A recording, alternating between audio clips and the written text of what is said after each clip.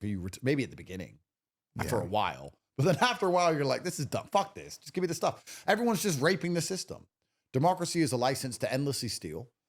And the Republicans have no interest in changing it either.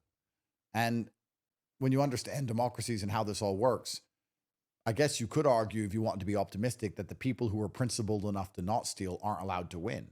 You could also argue that. Yeah. But my argument is actually that most people get inside of the system, realize how it is, realize there's nothing they can actually really do, and they may as well just get rich while they're there. I think people just give up. Fair. So I kind of wanted to ask you this question specifically to that point. When it comes to, the sort of conversation around the America right now and it being controlled by the Jews, right?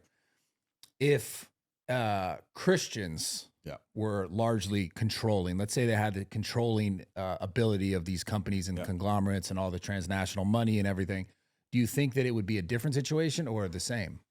Because I would argue that human nature, people are greedy.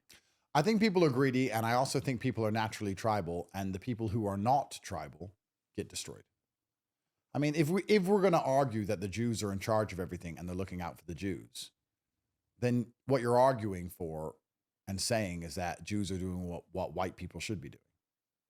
Right. But they're not doing it.